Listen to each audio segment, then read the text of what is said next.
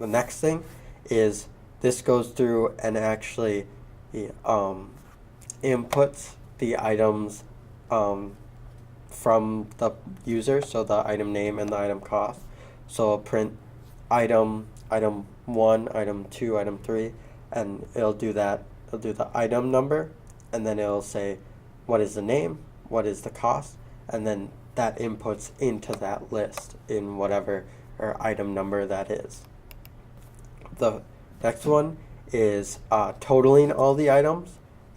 So this calls that function that we had before that totals all the items with the list of the costs.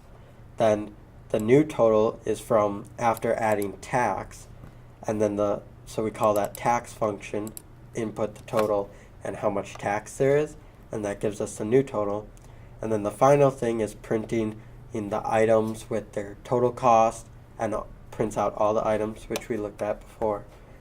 And then that is the end of the project. So that prints out, you'll have inputted all the names and the numbers, and then you'll have printed out a sort of like receipt that has all the items bought and then the total. So again, just to reiterate, because we just went through a lot there, you can use that as a reference. You can use parts of that code, like if you think, hey, I can make a better tax function, then you can use your own pseudocode and do that and write your own tax function.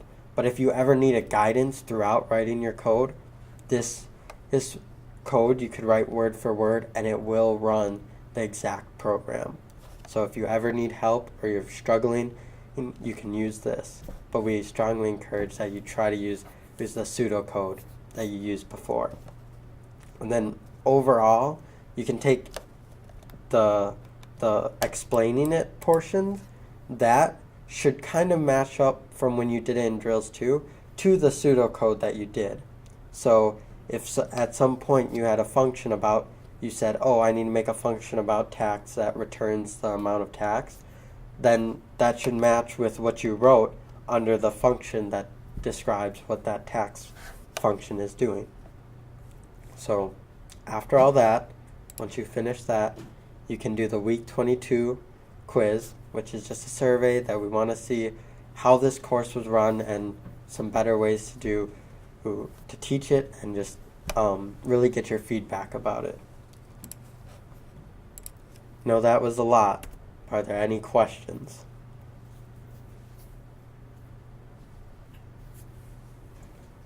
What do we do if once we have our code and we're testing it? What do we do if, let's say, like not all of the numbers are adding up to the correct totals, or maybe some of the lettering is not printing out right? So the first thing you can do is, if it's an error like that where it's a logical error, it's not the program actually crashing, that's a good sign you're on a good track. So what you can do is look at the code that we provided. That code should work 100% for each of the steps. So you can compare it. If you wrote your own code, you can compare it to that and say like, oh, I did this differently. How is that different, and what does that difference do?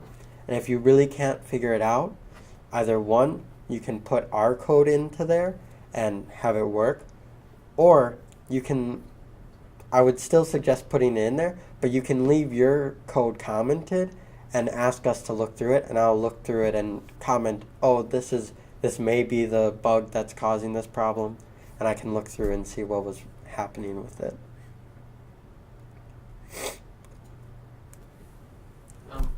When the code works, how do I know that it's working? So the first step is the first step to knowing is that the program won't crash. There won't be any little red words with a string being attached to it. The second is if your total is adding up correctly, like you inputted it that you bought milk and it was $3, and milk actually prints out and that it was actually $3. If you can see that happened, then you're probably on a good track. And if you really want to be 100% exact with our code, you can do our code in its own file and run that and then compare the outputs of the two and see what did I do differently, and is my different better or is my different not what we're looking for. So then when I submit the code, it can be different than the one you provided to us? Yeah, it does not have to be 100% exactly.